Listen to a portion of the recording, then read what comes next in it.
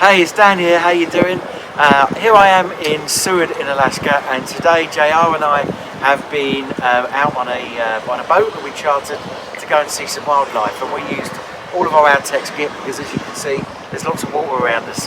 So first of all, I used the A7R4, which is attached to a 70-200 in the Pro Kit. It's also got the tripod mount on the bottom there, which I can use to use it on a harness, or I could even put it on a tripod if I wanted to. It's got the rear and front ports, and it keeps that nice and secure.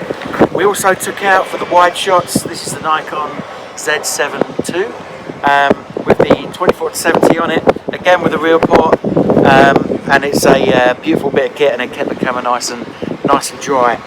We got some amazing shots out there today, so we saw pretty much everything you would expect to see in Alaska. We saw sea otters, we saw sea lions, puffins, and all kinds of manner of birds. The other thing, I've got my big tank bag in there. I've got a Sony A9 with a 200-600 on it, and we managed to cover it with one of the Pro covers.